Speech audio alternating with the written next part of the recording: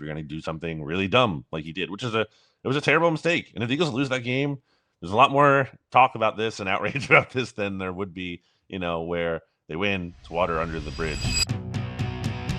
Go to our main man, BLG, set to join us here on Birds 365. He joins us right now. You can follow him on X at Brandon Goutland. Read all his work at bleedinggreennation.com, one of my favorite Eagles interactive websites. BLG, what's going on, man? How you doing on this Wednesday morning? Doing good, guys. I'm ready for this Super Bowl rematch. Yeah, it is a Super Bowl rematch. I haven't heard that. I'm glad you brought that out, BLG. Yeah, people are psyched up about this. I do think, I've said this pretty consistently, BLG. I think the Eagles kind of broke me on the Chiefs. I just don't think – I think this is a descending team. I think they're still a playoff team, but I don't think they're going to win their division for the first time in a very long time. Patrick Mahomes is still great, but, I mean, you don't win by yourself in this league. You saw that in the Super Bowl. What do you think about the Kansas City Chiefs? Do you see it's the same old Chiefs, or this is on the cycle, they are on the descent? I think especially early on in the season, we were talking about how not a perfect game for the Eagles week 1, but it's early. It's kind of like their preseason. I know the Chiefs starters actually play in the preseason a little bit, unlike the Eagles, but I still think there are some things to work out with that team. I think they'll be a better version of themselves a bit later in the season once the Rice suspension is over. We'll see if Xavier Worthy can get healthy. That situation doesn't look so good right now where the Chiefs are at wide receiver. But there are real concerns with that roster. And just checking out some of the coverage at Arrowhead Pride, which is the Kansas City Chiefs version of Bleeding Green Nation, there's concerns there. They're worried about certain things with that roster. So I definitely think there are legit things to feel not so good about if you're a Chiefs fan. Obviously, with Patrick Mahomes, you have a chance, but it's not so everything else is so rosy. No, that team is on the way down. Clearly, I think they're doing Patrick a disservice big time. But BLG, I'm going to keep it on the Eagles here for a little bit. Defensively, where are you on the defense? A lot of talk about cornerback too, BLG. Vic Fangio spoke yesterday. What do you think the biggest concern is on that defense after watching that week 1 performance? It's tough, BLG, because I'm like, defense had some problems, but they lost Jalen Carter a minute before they started. No time to prepare for it, no prep, nothing. You lose your best interior defensive player. So kind of tough to gauge it. But where are you on the Eagles defense right now after week 1? Yeah, we can't sit here and talk about how good Jalen Carter is all offseason and then say it doesn't matter when he gets ejected early into the game there like he did, which is dumb, but certainly not Vic Fangio's fault. So, obviously they're going to be better with him in here. But in terms of concerns with this unit, I mean, it's the same thing we've been saying all summer long, all season long. That cornerback 2 position is a real issue. And it was never that Adoree Jackson won the starting job as much as Keely Ringo lost it. And they had to start someone there. So they put Adoree Jackson out there.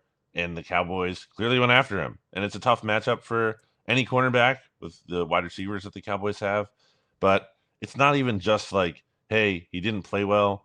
It's like you look at some of the effort there against the run, and it's just hard to feel good about that and say, like, okay, we're going to war with this guy. He's really giving us everything he has. It's hard to feel that way. So that feels like it's going to continue to be an issue until the Eagles try other things, maybe, and we'll see if they can actually get something that isn't perfect, but actually you can go to war with that option and feel better about it. So when Vic says Adoree is going to start for now, I think was I think the question was, is the plan to have Adoree start? Olivia asked it. He said, right now, yes. What that could mean Howie's working on something else, but what it does tell me is Jacorian Bennett's not getting thrown into the deep end of the pool. Does that give you a negative thought on him? Because if you hear Vic talk about Drew McCool, he's talking about, well, he's busted a couple coverages. Hopefully he learns from it. Hopefully he gets better, but he's willing to put him out there. Versus Jacorian Bennett, he's not willing to put him out there, at least yet. Any concern level from that?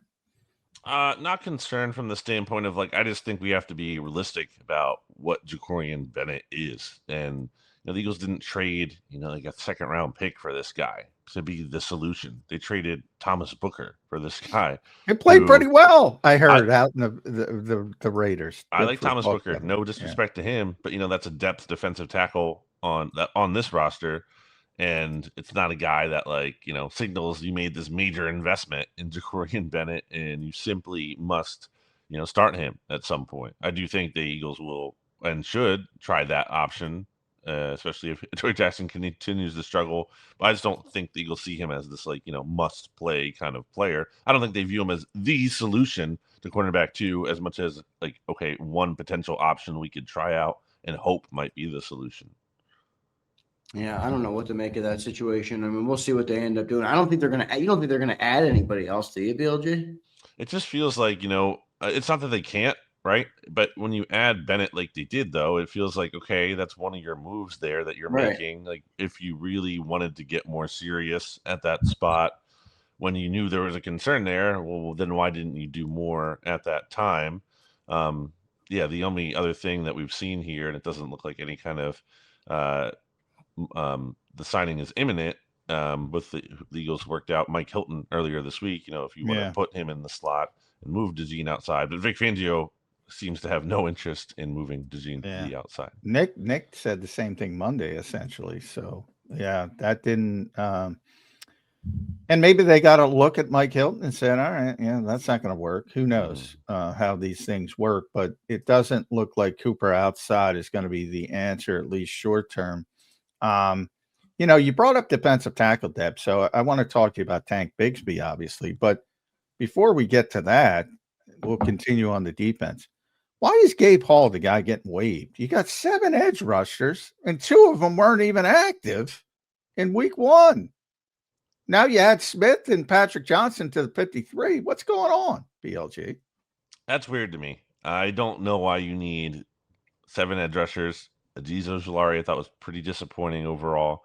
Also, the other thing is that, Ojulari and Okoronkwo were healthy scratches in week 1. They're also vested veterans. Like, it's not like, oh, we're worried about cutting these guys and them getting claimed on waivers, unlike Gabe Hall, who that could happen to. So, I don't know. That He played really week 1, by the way, we should emphasize. He played week 1. Right. And Vic said, I want to keep 5 guys active. Remember, he was active when Jalen Carter was active. He got thrown out. So he bumped up 1, but they kept 5 guys active on purpose. So many things about that to me don't add up. Yeah, I don't know. I can't. I'm looking at that and I don't see anything that oh, maybe it's that. It just doesn't make sense to me. Yeah. BLG, how impressed were you with Jahad Campbell's opening performance? I think that's going to change the way this defense can develop throughout the year. Obviously, it takes time for a defense to get in stride. I think if Jahad Campbell keeps that up, it's going to make things a lot easier for everybody. What'd you make of his debut last week? I mean, incredibly impressive. I will continue to think about that rep he has where he drops back into coverage and breaks up a pass downfield. Like just seeing a player in the number 30 jersey do that, my first instinct is like, oh, wow, okay, which defensive back made that play? And it's like, oh my gosh, it's not a defensive back. That's it's a big Jahad defensive Campbell. back, yeah. And he's like one of the youngest players on the roster, 21 years old. That's crazy. Like to think about how, I think he's at a level mentally and physically is just so impressive. I think there's some things that needs to clean up. He's a rookie. He's going to get better, certainly with playing time, with more experience here. But I mean, the sky's the limit for that guy. And to have him next to Zach Bond, the Eagles are loaded. And then the depth behind those guys, like Jeremiah Trotter Jr., who had a good summer. Nakobe Dean, we'll see where he's at once he gets healthy. But they're just loaded at the off-ball linebacker position, which is truly insane given how the Eagles struggled to find even one guy who was barely playable in the years past. All right, I'm going to make my statement that I've shifted this week. I actually have always thought it, but I'm just more disciplined about it now. I think we all default to Jalen Carter's the best defensive player on this team. I say he's the most talented defensive player on this team. The best defensive player on this team is Zach Bond. Agree or disagree? Yeah, I think the way my staff writer Johnny Page has put it in the past is he thinks Jalen Carter is the best player, but Zach Bond is the most important player to the team. And I mean, Zach Bond got Defensive Player of the Year votes last year. Like Yeah. he absolutely Yeah, he was a deserves finalist. Yeah. he deserves more credit. We'll see what Fred Warner does this season. Obviously, Fred Warner is a great player, but if there's any drop off there at all, I mean, I think like Zach Bond is there for that top off ball linebacker spot in the entire NFL. Like he is really really freaking good, and the amount of things he can do is special, and it's very apparent even just as early as week one here that last year wasn't just like some magical fluke of a season. Like, no, this guy is really good, and he's here to stay. Yeah. He is in that play running down Miles Sanders. I thought that was the biggest play of the game, enabling the Eagles to keep him out of the end zone. Then they get the forced fumble, which Shahad deserves credit for. Byron deserves credit for as well. Um, but boy, if he doesn't make that play, a lot of things shipped in that game. And he was just, yeah, he's great. The instincts are what it is. He's just so instinctual as a player. And then he's tremendously athletic. The scary part is Campbell's a little bit more athletic. So, you think about the dark days of Nick Morrow and Corey Nelson and Paul Warlow, and all of a sudden they're rolling out Zach Ball and Jod Campbell. It's an interesting change. Another positive impact of having Vic Fangio here because he values the position so much. But yeah, what a stark change. Boy, and you start to think, how many years did they waste trying to cobble together linebackers? Unbelievable, BLG, what we went through. Yeah, and if Bond didn't come when he became, I mean, would they even have invested, or obviously we wouldn't be as good as we are now? But I don't know if they ever would have got to a point where it was that much improved, or the questions were answered that much. So thanks to Zach Bond, who came here and became an All-Pro. I mean, I don't know if you do that, BLG, but I was thinking about it like a couple of days ago. They were trying to sell us Nick Morrow a couple of years ago. Morrow, Nate Gary, Zach Brown. You go down the Corey Nelson. You go down the list of guys. Paul Warlow. A lot of guys in there that they tried and just weren't even close to being good. Also, the other thing amazing. Yeah, I like about that Zach Braun rundown there is just he didn't immediately go for the rundown. He initially, I was trying to get it out. Yeah, which is I think was good. It's like okay, he realized he couldn't do that, and then he just made the tackle at that point. Yeah, it's just very smart, very savvy player. Yeah, that'll go down as one of the best Howie moves ever. Those are the kind of moves he should get us flowers for. But he did make a move this week. Tank Bigsby is in. Looks like the Eagles are pumping up his return ability. But there's AJ Dillon's probably only here for a year. Maybe usurps AJ Dillon. And he's still under contract for next year. So you have those cost-effective backs with Will Shipley behind Saquon Barkley. A lot of it makes sense. How helpful do you think he's going to be? Kickoff returns are a bigger deal, BLG. We saw week one, over 70% returns. If you don't have good kickoff coverage, it's going to hurt you. And if you don't have a good kickoff returner, it's going to hurt you. Is this another example of the Eagles trying to win on those margins they always talk about? Yeah, it seems like it. I mean, it's hard for me to believe they make this trade just, for the sake of a kick returner. It does, Will Shipley reportedly dealing with a broken rib. I think that's a factor in there. You want to factor in, should something happen to Saquon Barkley, you would want more depth behind him, especially with Shipley going down. Yeah. But as far as the kick returner angle goes, I mean, there's some reason to believe that Tank Bigsby could have some promise here. He had a 35-yarder in the preseason 1 year recently since the new format. He had a 45-yarder as well. So he has shown some ability, I think, to get some and just run through contact, get some good yards. The vision for that. Same time, he does fumble a lot over the course of his career, going back to college. So that's a real concern. That's a real weakness, especially for how this team specifically gears up towards playing their style of play. Obviously, every team doesn't want turnovers. The Eagles team, especially, focused on not turning the ball over like that. So that's kind of, the downside that you kind of have to monitor that part. Yeah, no doubt about it. BLG, I think he can be more than just a kick returner for sure. I know you just mentioned that as well, but I feel like he's the second best running back on the roster. And I don't say that with disrespect to Shipley. I'm just saying 800 yards, nearly 800 yards last year behind the Jacksonville Jaguars O-line. I mean, I don't know. Put him behind the Eagles O-line. I think he's 1,000-yard back. Now, I'm not saying they're going to use him that way, but I do feel like it gives you more potential and definitely is a safeguard for if Saquon is not able to hold up, and the history of backs that ran as much as he did last year. So I think it's a good addition from that perspective. But do you think he could get more reps at running back than we're thinking? I do think as like a pure runner, I like, the ability there a little bit more than Will Shipley, where Will Shipley, I think is a better pass catcher. Obviously, we just haven't seen that from Bigsby at any point. Third down running back kind of stuff too. I think, you might count on Will Shipley a little bit more there in terms of his pass protection and everything. So, those things, can limit your playing time when you're not good at that. But ultimately, yeah, I do think as a runner, pure runner, I think Will Shipley isn't the best. I don't think he profiles to me as a volume back, and I think Tank Bigsby kind of can handle more of that volume if he were to be in a situation where he would need to. Yeah, I think, and I've said this with AJ Dillon as well. It's a more layered approach than it was with Kenny Gainwell. Like Kenny Gainwell was the backup. I think Will's the third down guy, the pass catching guy, and if you need volume, AJ Dillon is the guy. Just running the football. To me, that'll swap out.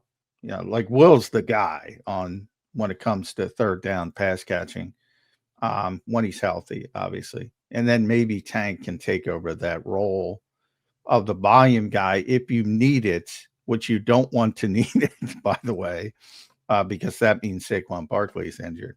What'd you think of Saquon's performance? A lot of people are panicked by it, BLG. I wasn't panicked by it. You look at the game book and you say, all right, it's not great. 3.3 yards per carry. So I get it from that standpoint. But if you watch the game, I thought it was a little bit better as an outlet receiver. I thought it was fine. What were your initial takes? Yeah, I thought he was good. He looked good as ever in terms of there was one run there where it probably would have been a loss. He turned it into like a 4-yard gain just by himself. There was he had the one-handed catch there. He had a drop, so that wasn't good, but he kind of made up for it with that one-handed catch that was not a gimme at all. And that only ended up being like a 4-yard gain or whatever, small gain as well. But still, for him to get as much out of that as he did, like so many other players might not even make that catch, might not get a gain after that. So I still think the juice is there. I just think, it was not really the best blocking performance that we saw from the Eagles. I like how he ran through tackles on that touchdown run that he had there. So, yeah, I am not at all worried about Saquon. What's your concern level on Landon Dickerson? And I'm not just talking about for week 2, BLG. I'm talking about for the season here. Yeah. Guy who's had some injuries in the past. What's your concern level with Landon Dickerson right now? Yeah, I mean, it's significant because, like you said, it's not that I don't think he's going to try to tough it out, because Landon Dickerson is extremely tough, and I don't doubt him in terms of trying to be able to play, but it just feels like this is going to be a season, and it kind of was that case, at least at points last year, where he really just kind of had to grind and battle through these injuries. And again, he'll be out there unless he literally can't, unless he just physically cannot be for some reason. But you have to wonder, kind of like, it's not the same situation in terms of Dickerson being younger, but Jason Peters back in the day, where Jason Peters kind of in and out of the lineup, and just, you don't know exactly how many snaps he's going to be able to handle in a given week. So they're going to have Brett Toth probably be ready to hop in. Does it surprise that Brett Toth is a guy they're getting ready to hop in, and who hopped in? It surprises me a little bit. He's been around for a long time. Obviously, Stout likes him. Have a lot of options, though, or had a lot of options. Does that surprise you at all that Brett is that guy? I think it surprises me from the standpoint of, when the Eagles re-signed Matt Pryor, like, okay, he could be your top backup guard there at both positions. Not the case. Brett Toth, I don't think Brett Toth has ever looked bad at guard necessarily. I don't think that's been the issue. He certainly has not been able to snap the ball so effectively, and even he would admit that. But Oh, don't start that controversy no, I again. mean, I'm joking. yeah, I think I'm joking. he's pretty aware that not the Yeah. best snapper of the football, but as a guard, I don't think I've seen a lot of issues with him there. He seems like a credible player at that position, and I think his like intellect is something that Jeff Stoutland seems to value about him, and why he's been around so long. So he's not the most like massive guard you've ever seen. He's not undersized. So I think ultimately, if they've kept him around this long, Jeff Stoutland likes him for a reason, and now he's getting a chance to play. Yeah. Yeah. I think Pryor's just a right-handed player. Yeah. They don't like him on the left side, but he's a good, right guard, right tackle. And they've done that in the past. But now Fred Johnson's back. So those are your three main backups on the offensive line.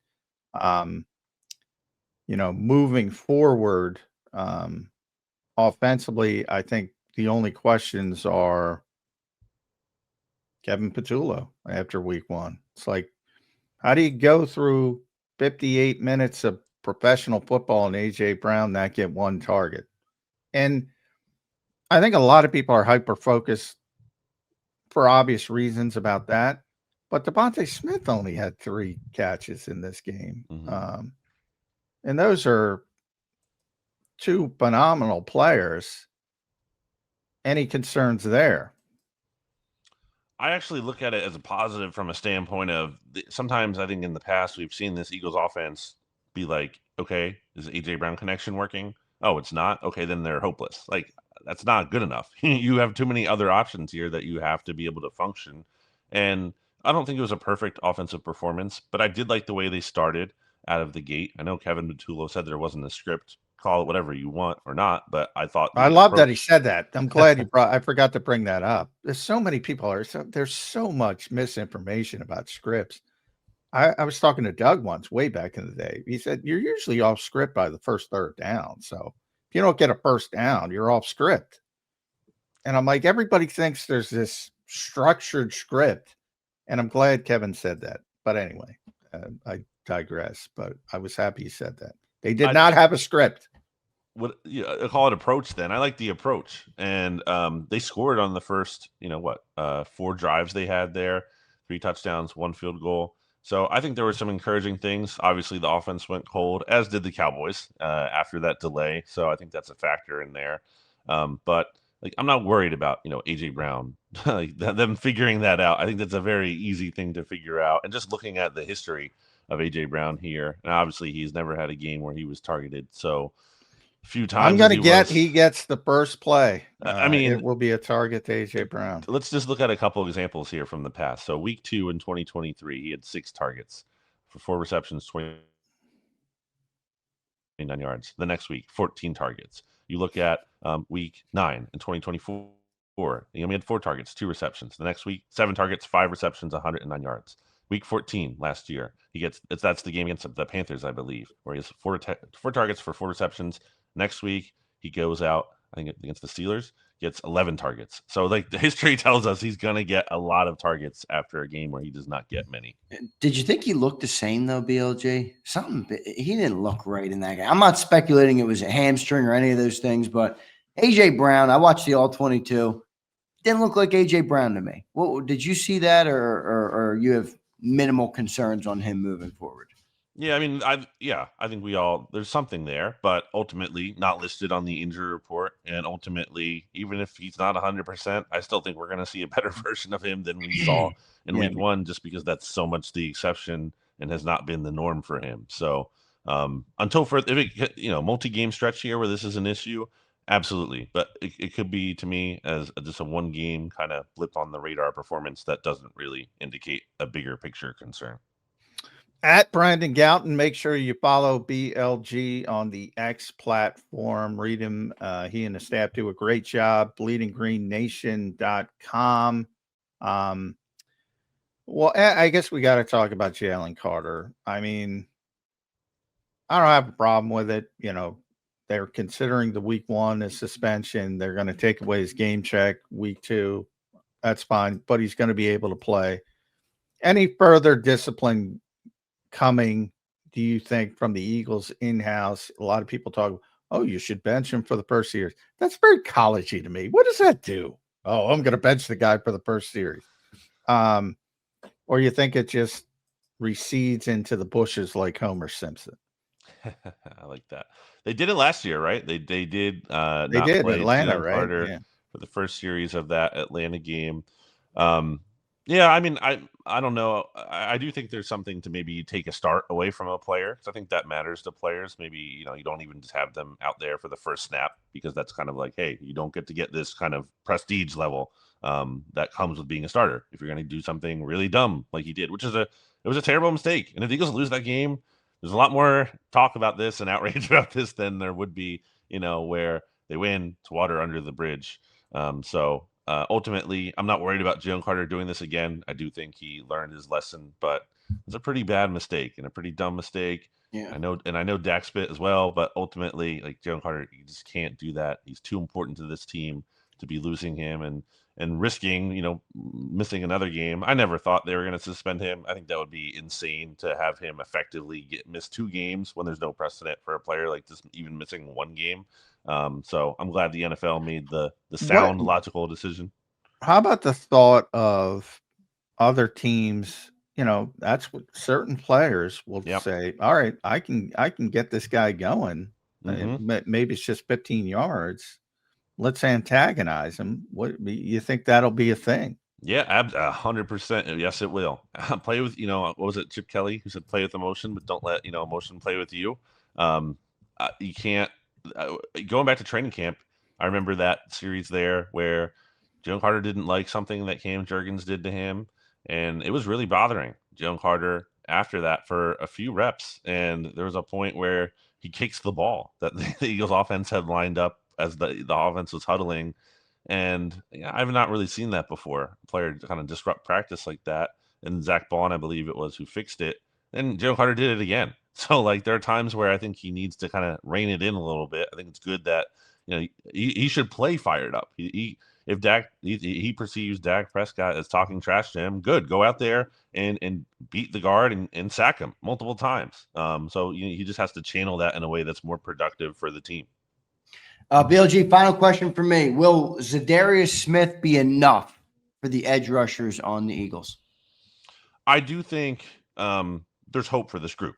I think Nolan Smith is going to continue to get better. I liked generally what he had in week 1. Thought the taunting penalty was weak, although you could also see why they called it in a game where they're kind of calling it tight at that point. So maybe, kind of have to just realize the game situation. But still, like what we saw from Nolan Smith. Josh Uche, I thought, has some juice as a pass rusher, probably more of a situational pass rusher than a guy, you're counting on as a full-time edge defender who's also going to defend the run, but he has some juice there. Jalen Hunt came really close to strip sacking Dak Prescott and that big completion to CD Lamb early in the game. So there are signs of life there. And I think Zadarius Smith is still a really good player. Like he was pretty productive. Lions fans I know were bummed that he signed with the Eagles and the Lions did not re-sign him. And that's even prior to their loss to the Packers in week 1. So I do think there's hope for that unit. They got numbers too. They got 7 of them. That's right. But I think Zadarius Smith can get out of his rocking chair, and he's the best edge rusher on this team, BLG. I think people are going to like Zadarius Smith. Agree. Good player. If he's got some, you never know with older players. Sure. We saw it with Robert Quinn, more injury related. He's a great pass rusher for a very long time. Came in here, nothing left. I don't think that's going to be the case with Zadarius Smith, but and I think they're going to be much better with him on this team, but we'll see how it unfolds. I know we're much better because BLG shows up most Wednesdays, and we appreciate it. Quick score, you can always change it on BLG, on Bleeding Green Nation, because it's early in the week. Eagles Chiefs, give me a winner. Yeah, I'm looking at the line here because it's shifted. The Eagles were originally underdogs before that Chiefs-Chargers game, if I'm not mistaken. And then I saw that shift to the Eagles being favored. Yeah, they were 1.5, but I haven't looked at it recently. Yeah, it did shift. As of yesterday, when I was looking in the morning, it was the Eagles were underdogs again. by Oh, one and a really? half. So yeah, this line is in other sports books. I've looked at different ones. One of them has the Eagles as like only half-point favorites. So kind of a weird line. That was, mind you, that was before the Jalen Carter verdict. So maybe that's impacted it here as well. Um, I'm gonna go with the Eagles. This Chiefs team, I'm just not totally buying them right now. I think we can talk about the Chiefs being motivated. Sir, that's great. I think motivation alone does not fix a lot of the problems that they have going on right now. And Patrick Mahomes is great, and he's going to do things that the Eagles just probably can't have answers for it, maybe at times. But ultimately, I think this Eagles defense with Jalen Carter back is going to play a better game than we saw in Week 1. And right now, as much as we can kind of take away concerns from Week 1, one of the most important things is the quarterback seems to be playing at a pretty high level. And I'm going to trust that Jalen Hurts, who has gone into every matchup against Patrick Mahomes and played relatively well and played generally winning football, maybe except you want to go back to their first matchup in 2021. Ever since then, pretty good. And I'm going to bank on the Eagles to win this thing. I think it'll be a tight game. I'm going to say, what's the over-unders at 46.5? So let's say 23-21. Ooh, close one. One score game. All right. It can go any way. Yeah, I like it. Yeah, I'm with you. I think the Eagles are going to win the game, but we'll see. I admit the Eagles broke me with Kansas City. I'm like, they're just not that good, but maybe the Eagles were that good. So probably given a little bit too much credence, but boy, that was such a dominating performance.